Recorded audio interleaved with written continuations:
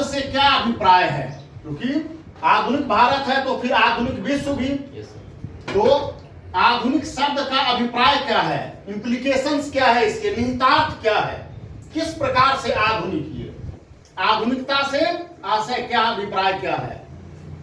इतिहास के अध्ययन के क्रम में हम लोग प्राचीन भारत, मध्यकालीन भारत, आधुनिक भारत या समकालीन भारत का अध्ययन करते हैं। वैसे भी विश्व इतिहास के क्रम में हम लोग क्या समकालीन विश्व, कंटेम्परेरी वर्ल्ड या विश्व इतिहास की शुरुआत भी होती है किससे, आधुनिक विश्व से शुरुआत। तो इस आधुनिक का अर्थ क्या है, ये कौन सी प्रवृत्तियां हैं, जो ट्रेंड्स हैं, जो मध्यकाल से इसे अलग करती है। इससे पूर्व जो है वो मध्यकाल या मध्यकालीन भारत।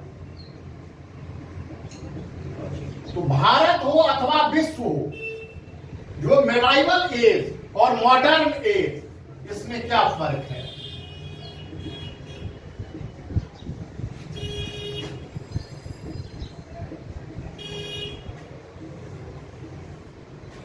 ये जो एज है, जो काल है, युग है, ये प्रवृत्तियों के परिवर्तन को दर्शाती है। क्या दर्शाती है, प्रवृत्तियों के परिवर्तन को दर्शाती है। हिस्ट्री के कुछ ऐसे ट्रेंड्स होते हैं जो कंटिन्यू भी रहता है, कुछ चेंज भी होता है, मॉडिफाइड भी हो जाते हैं, इसमें संशोधित भी हो जाते हैं, और ये हर क्षेत्र से जुड़ा हुआ। अब जैसे मध्यकालीन भारत के अंतर्गत जिस राजनीतिक प्रशासनिक व्यवस्था का हम लोग अध्ययन करते हैं, या आधुनिक भारत के अंतर्गत जिस राजनीतिक प्रशासनिक व्यवस्था का अध्ययन करते हैं, उनमें मौलिक फर्क है ना। यहां जो जीवन शैली है, यहां जो जीवन शैली है, उसमें फर्क है। ये वैचारिक आंदोलन के रूप में विचारों के अंतर्गत परिवर्तन, आइडियोलॉजिकल चेंजेस, आदर्श के अंतर्गत परिवर्तन। तो मध्यकालीन जीवन और आधुनिक जीवन, आधुनिकता की शुरुआत, वैसे आधुनिक भारत है तो आधुनिक विश्व में इसकी शुरुआत हुई कहां से, पुनर्जागरण से, रेनेसां से। ये शुरू हुआ कहां, यूरोप में, पुनर्जागरण से।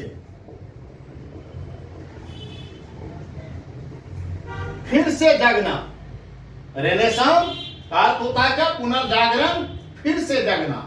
तो ये पुनर्जागरण क्या था यूरोप में, इसकी शुरुआत इटली से हुई और यहीं से आधुनिकता की संकल्पना विकसित हुई। तो पुनर्जागरण ही वह आधार रहा जिससे आधुनिकता का उद्भव हुआ, और फिर आधुनिक विश्व, और इसी आधुनिकता का प्रसार विश्व के अन्य क्षेत्रों में हुआ। तभी हम लोग देखते हैं कि आधुनिक भारत। तो इसका आधार है क्या, पुनर्जागरण।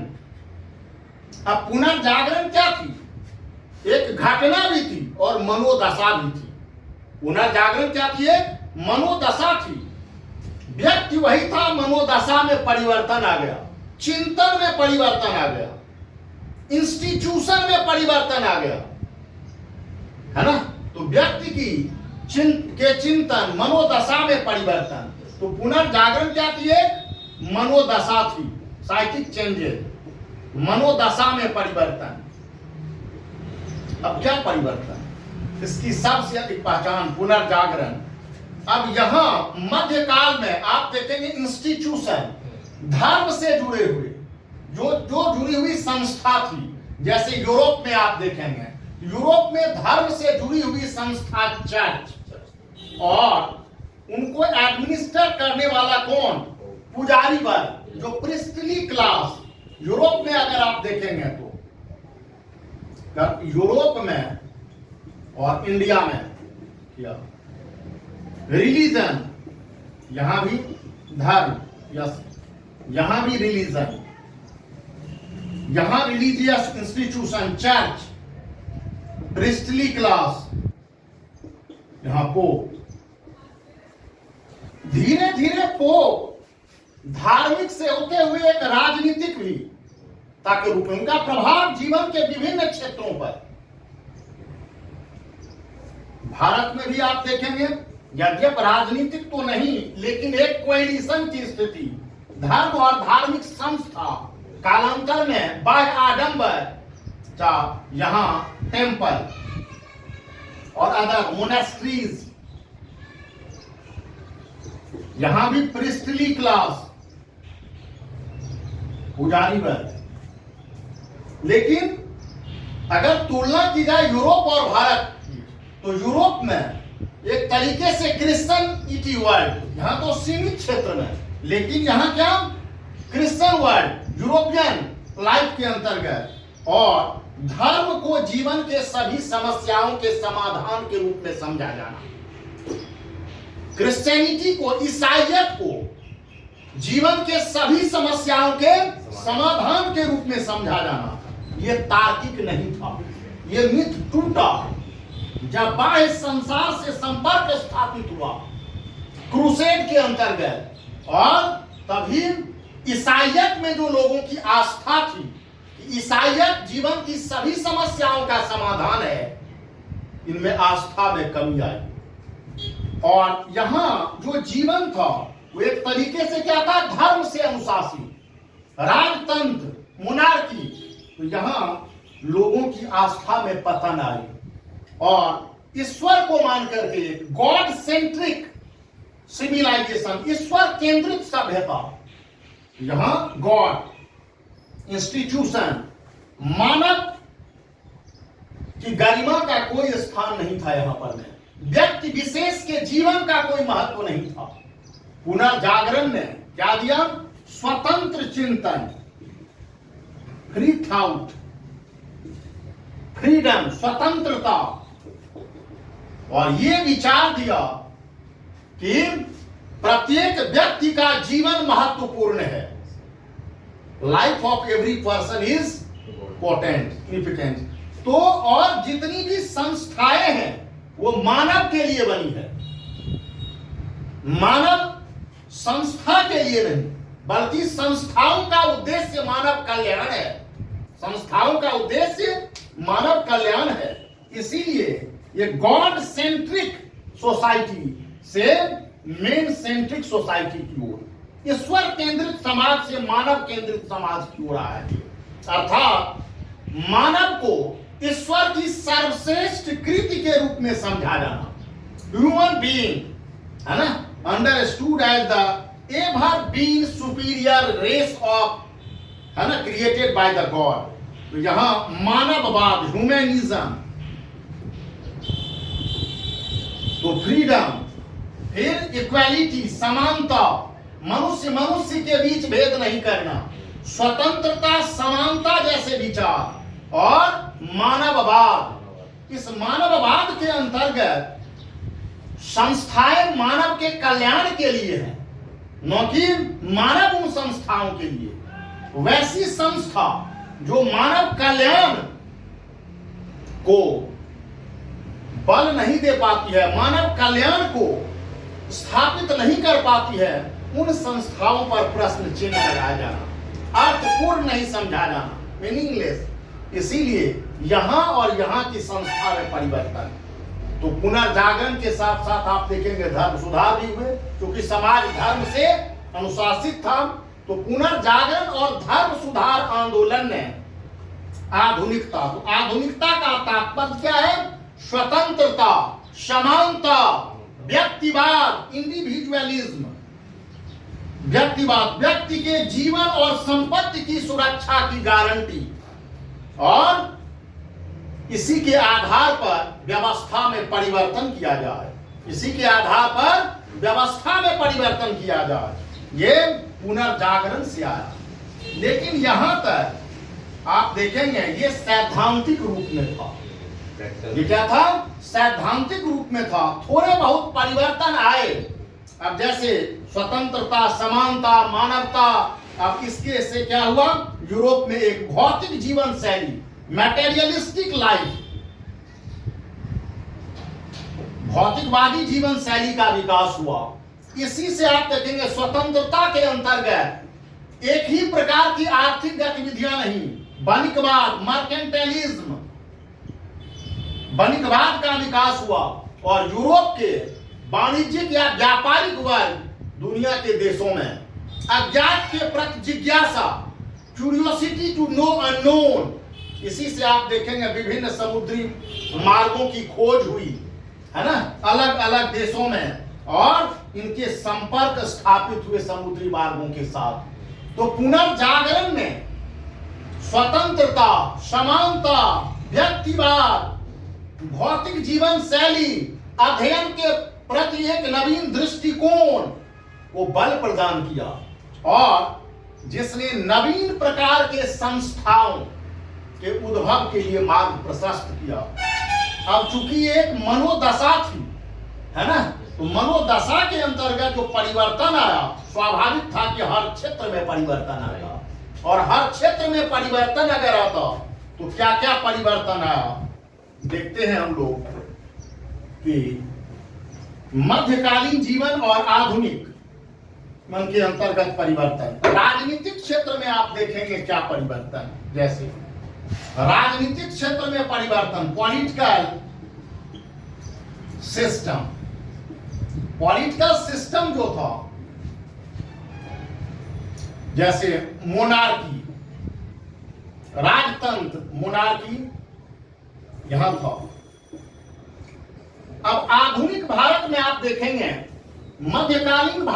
मध्यकालीन से आधुनिक जीवन के में एक संक्रमण, कॉन्स्टिट्यूशनल मोनार्की, कॉन्स्टिट्यूशन के माध्यम से सीमित राजतंत्र, लिमिटेड मोनार्की, संवैधानिक राजतंत्र, और संवैधानिक राजतंत्र से आप देखेंगे कॉन्स्टिट्यूशनल मोनार्की, और जिसकी परिणति उत्तरदायी शासन में, राजतंत्र में उत्तरदायित्व की संकल्पना नहीं, निरंकुश शासन, एब्सोल्यूट, और यहां कॉन्स्टिट्यूशनल मोनार्की से संविधान के निर्माण के आधार पर यहां क्या रिस्पॉन्सिबल गवर्नमेंट जो वर्तमान में है, उत्तरदायी शासन, है ना।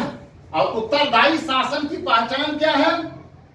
उत्तरदायी शासन से तात्पर्य क्या है? राजतंत्र क्या था? Absolute, king is not answerable to anyone, निरंकुश। और ये उत्तरदायी शासन है लोगों के द्वारा, डेमोक्रेसी, लोकतंत्र, रिप्रेजेंटेटिव गवर्नमेंट, डेमोक्रेसी के अंतर्गत representative government is day by day responsible to the people. राजतंत्र में ऐसा नहीं, अर्थात व्यक्ति विशेष के द्वारा शासन का पतन, हेरिडिटरी नहीं, वंशानुगत शासन नहीं, लोगों के द्वारा, प्रतिनिधियों के द्वारा शासन किया जाना, चुने हुए, इलेक्टेड। डेमोक्रेसी है तो इसका मतलब क्या है? Peaceful transfer of power, peaceful transfer of power, और पावर स्वतंत्रता को दर्शाती है। ये क्या दर्शाती है? स्वतंत्रता को। यहां स्वतंत्रता को नकारा गया था, लिबर्टी नहीं, फ्रीडम नहीं, यहां क्या है? फ्रीडम। तो दरअसल पुनर्जागरण और धर्म सुधार आंदोलन ने स्वतंत्र चिंतन को बल प्रदान किया था, और जिसकी परिणति अमेरिकी क्रांति और फ्रांसीसी क्रांति में हुई। तो इस फ्रीडम के अंतर्गत आप देखेंगे अमेरिकन रिवॉल्यूशन, फ्रेंच रिवॉल्यूशन, और फिर बाद के दिनों में parliamentary form of the government, democracy, इसकी पहचान है। भारत में मध्यकालीन, है ना, युग से आधुनिक युग की ओर जो प्रस्थान है, depart from medieval India to modern India, उसमें क्या है? जब राष्ट्रीय आंदोलन शुरू हुआ, विद्रोह और राष्ट्रीय आंदोलन में अंतर है। 1857 का जब विद्रोह हुआ था तो ये नागरिक विद्रोहों की श्रृंखला का चरमोत्कर्ष था। विद्रोह के दौरान पश्च दृष्टिकोण, मतलब पुनः वही व्यवस्था को स्थापित किया जाना। विद्रोह में क्या था? बैकवर्ड लुकिंग अप्रोच निहित था विद्रोह में, जो जैसा था पूर्व की स्थिति में लाना। विद्रोह के दौरान मध्यकालीन जीवन, मध्यकालीन संबंध, मध्यकालीन आदर्शों को रेस्टोर करना, है ना, पुनः स्थापित करना। इसीलिए रिवोल्ट क्या था? बैकवर्ड लुकिंग अप्रोच था, पश्च दृष्टिकोण था, प्रगतिशील नहीं था। लेकिन 1857 के विप्लव के पश्चात जब भारतीय राष्ट्रीय कांग्रेस की स्थापना हुई, तो भारतीय राष्ट्रीय कांग्रेस आधुनिक संगठन के रूप में क्या थी? आधुनिक संगठन के रूप में थी और उनके उद्देश्य भी आधुनिक थे। उन्होंने ब्रिटिश शासन से क्या मांग की? ब्रिटिश शासन से मांग की ये दादा भाई नौरोजी ने जो पुस्तक की रचना की थी कि Indian poverty and un British rule in India, कि भारतीय गरीबी और भारत में गैर ब्रिटिश शासन। तो भारत में गैर ब्रिटिश शासन से अभिप्राय क्या था? ब्रिटेन में जो ब्रिटिश शासन का स्वरूप था वो भारत में नहीं था। उत्तरदायी शासन की मांग की थी। भारतीय राष्ट्रीय कांग्रेस ने निर्वाचित विधायिका इलेक्टेड लेजिस्लेशन की मांग की थी, है ना। न्यायपालिका में, भारतीयों के ब्यूरोक्रेसी में, तो ये सब मांग जो थी वो आधुनिक प्रकार की शासन प्रणाली, अर्थात राजनीतिक क्षेत्र में जहां राजतंत्र, निरंकुश राजतंत्र, जहां हेरिडिटरी, वंशानुगत, उसके स्थान पर क्या आधुनिक में क्या है? कॉन्स्टिट्यूशनल मोनार्की से फिर क्या?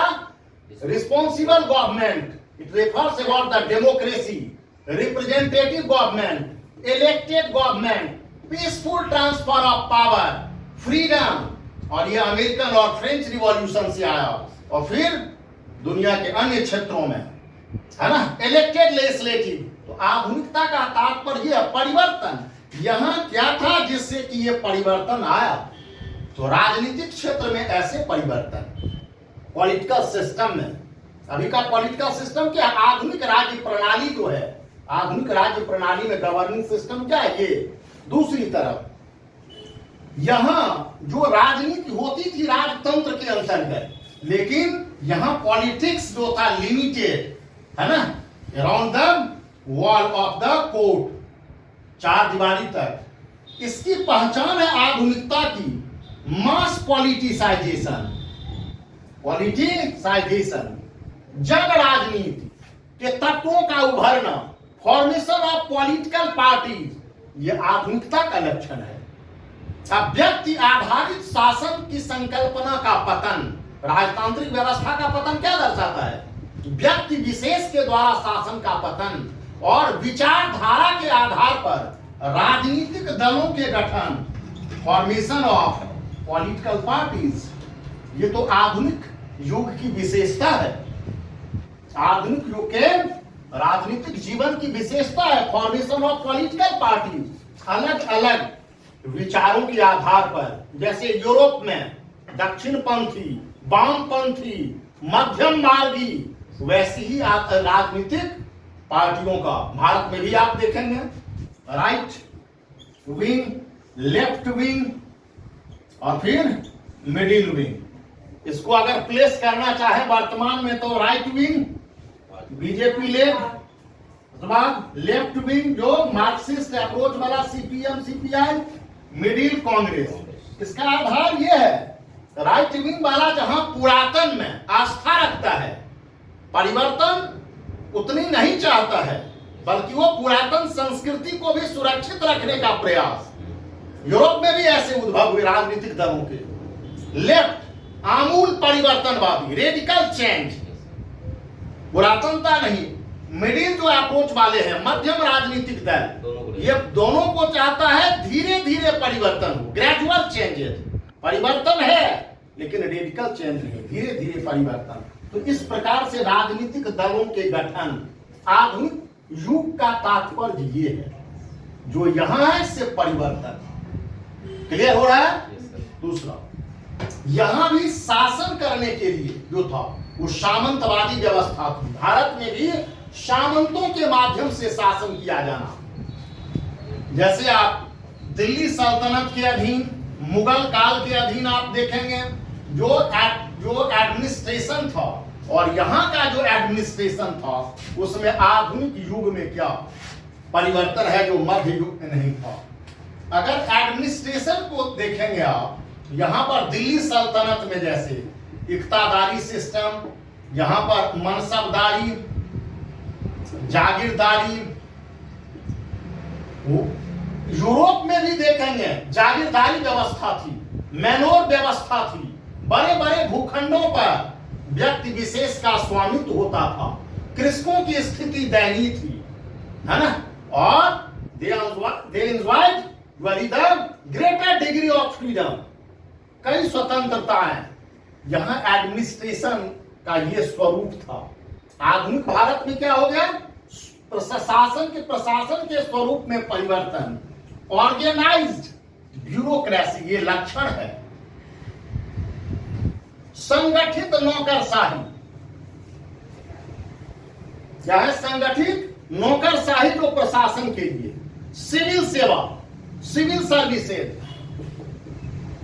के लिए, और सिविल सर्विसेज के अंतर्गत प्रारंभ में तो अपॉइंटमेंट, फिर बाद में इनके चयन, सिलेक्शन प्रोसीजर, ये राज कृपा द्वारा और स्वामित्व विशेष के द्वारा नहीं, सिलेक्शन प्रोसीजर, एग्जामिनेशन, योग्य व्यक्तियों को सेवा के लिए, है ना, रीजन। तो ये ऑर्गेनाइज्ड ब्यूरोक्रेसी के द्वारा, ये आधुनिकता का लक्षण है। यूरोप में इसकी शुरुआत, भारत में भी कालांतर में। तो आधुनिकता का एक लक्षण क्या है? प्रशासन के अंतर्गत जो संस्थान, मध्यकालीन, जागीरदारी, मनसबदारी, इस प्रकार की व्यवस्था का संगठित नौकरशाही, सिविल सेवा का विकास। तो राजनीतिक प्रशासनिक व्यवस्था में ये अंतर है यहां पर।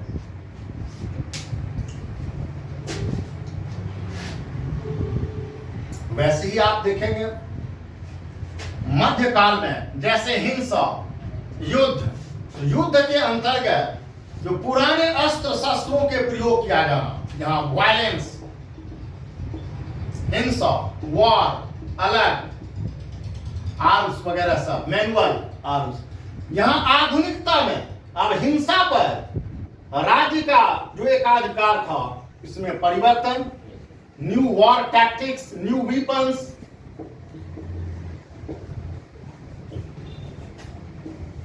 अब न्यू वीपन्स के आधार पर क्या? अब एक बंदूकधारी व्यक्ति कई ऐसे सैनिकों पर भारी पड़ जाता था जो आर्कर था उस सफर में। तो न्यू वीपन्स, एक्सप्लोसिव का विकास होना, गन पाउडर, और धीरे धीरे आप देखेंगे artillery, missiles, new war tactics, ये सब आधुनिक काल में युद्ध नीति में परिवर्तन। अब पहुंच गया है क्या? हाँ, weapons of mass destruction, WMD। आधुनिकता यहां से शुरू होकर के कहा? WMD, weapons of mass destruction.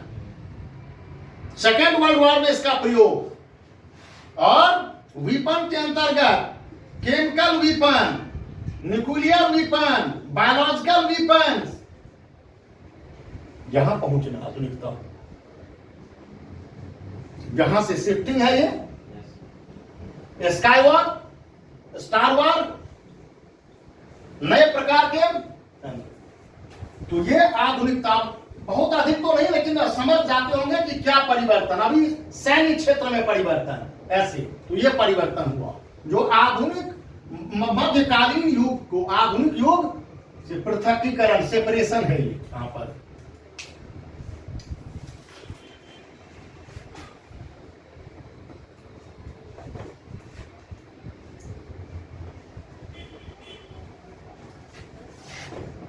शासन व्यवस्था के अंतर्गत एक व्यक्ति में समस्त शक्तियों का निहित होना।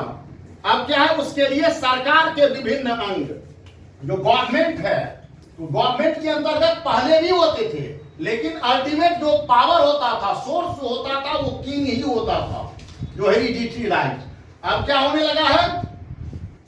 Separation of power among the organ of the government. विभिन्न सरकार के विभिन्न अंगों के बीच शक्तियों का पृथकीकरण, separation of power among organs of the government, जैसे लेजिस्लेटिव, एग्जीक्यूटिव और जुडिशियरी। ये तीनों अलग अलग रूप से काम करना। व्यवस्थापिका, विधायिका, कार्यपालिका और न्यायपालिका, सेपरेशन ऑफ पावर, है ना। ये आधुनिक शासन प्रणाली के अंतर्गत इसका विकास। जैसे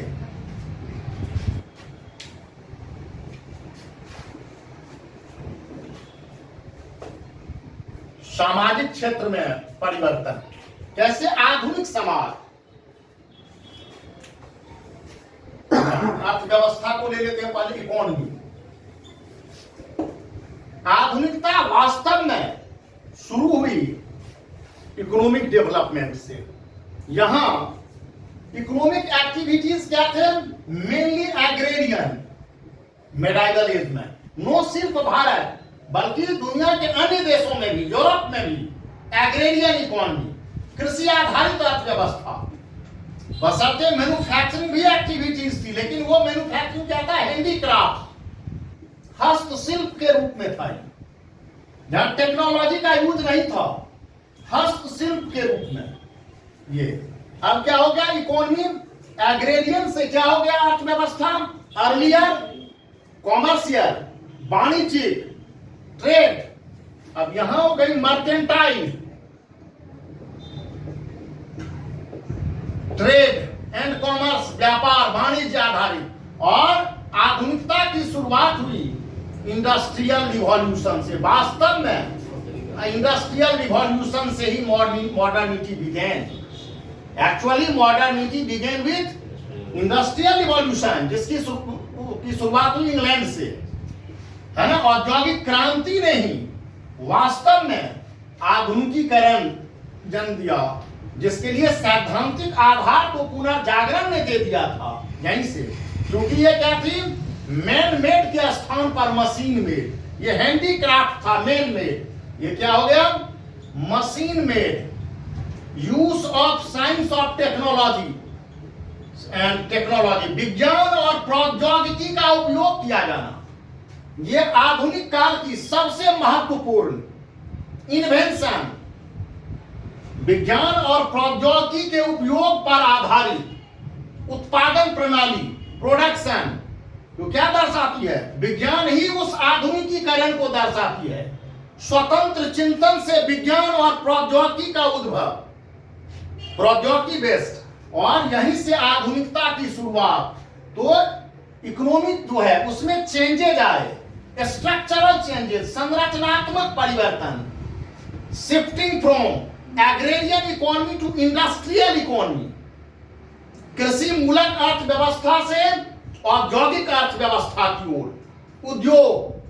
अब इससे क्या हुआ? अर्थव्यवस्था का आधुनिक अर्थव्यवस्था में एक नए क्षेत्र का उद्भव, emergence of a new sector, उद्योगों का उद्भव, जो अर्थव्यवस्था में आधुनिकीकरण को दर्शाता है।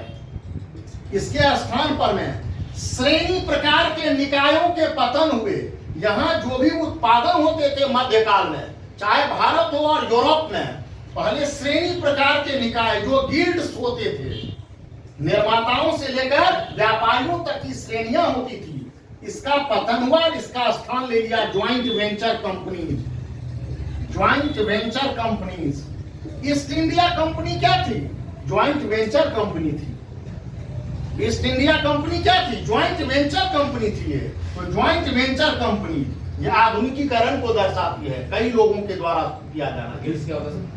श्रेणियां, कई व्यापारियों की जो प्राचीन भारत में थी श्रेणियां, यूरोप में भी श्रेणियां, कुछ खास प्रकार के वस्तुओं के उत्पादन और फिर उनके वितरण से संबंधित व्यापारियों की श्रेणी। अब इसका पतन है और इसके स्थान पर क्या आ गया? ज्वाइंट वेंचर कंपनीज वे सेटअप। इन्वेस्टमेंट का नया तरीका, यहां आप देखेंगे जो हुंडी प्रकार का इस सब का प्रचलन होता था उस समय भुगतान के लिए। हुंडी मतलब बैंकिंग व्यवस्था के लिए। अब इसके स्थान पर आधुनिक बैंकिंग व्यवस्था की शुरुआत, वित्तीय beginning of modern banking system, आधुनिक बैंक की शुरुआत, है ना। यूरोप में, भारत में भी आधुनिकता से तात्पर्य है। अब जैसे यहां अर्थव्यवस्था के अंतर्गत मॉनिटरी, तो यहां क्वाइंस, धीरे धीरे आप देखेंगे क्वाइनेज सिस्टम, यहां भी टोकन करेंसी, ये सब आधुनिकीकरण को दर्शाता है। इसीलिए कहा जाता है कि मोहम्मद बिन तुगलक ने जब टोकन करेंसी इशू किया था, तो वो अपने आप में एक मौलिक था, नूतन था। मध्यकालीन भारत में इस प्रकार से सांकेतिक मुद्रा का प्रचलन किया जाना भारत में सक्सेस नहीं रहा था, जबकि चीन में है ना सक्सेसफुल रहा था। तो टोकन करेंसी ये सब क्या मॉनिटरी सिस्टम के अंतर्गत आधुनिक इंडस्ट्रियल रिवॉल्यूशन जो विज्ञान और प्रौद्योगिकी पर आधारित था, नए प्रकार के विचारों के अंतर्गत आप देखेंगे इसी विज्ञान और प्रौद्योगिकी के कारण से ये भी दूसरा यहां सुलेख के अंतर्गत मैन्युस्क्रिप्ट्स होते थे, पांडुलिपियां, एक ही पुस्तक की अगर कई प्रतियां तैयार करवाई जाती थी तो उसके लिए अलग अलग राइटर रखा जाता था, सुलेखक रखे जाते थे, है ना। अब क्या हो गया, मुद्रण, प्रिंटिंग मशीन। अब प्रिंटिंग मशीन ने क्रांतिकारी भूमिका निभाई। अब कम समय काल में मुद्रण से एक ही पुस्तक कई प्रतियां तैयार हो सकती थी, इनका डिस्ट्रीब्यूशन, इससे क्या होता था, लोगों में विचारों के आदान प्रदान, मुद्रण प्रणाली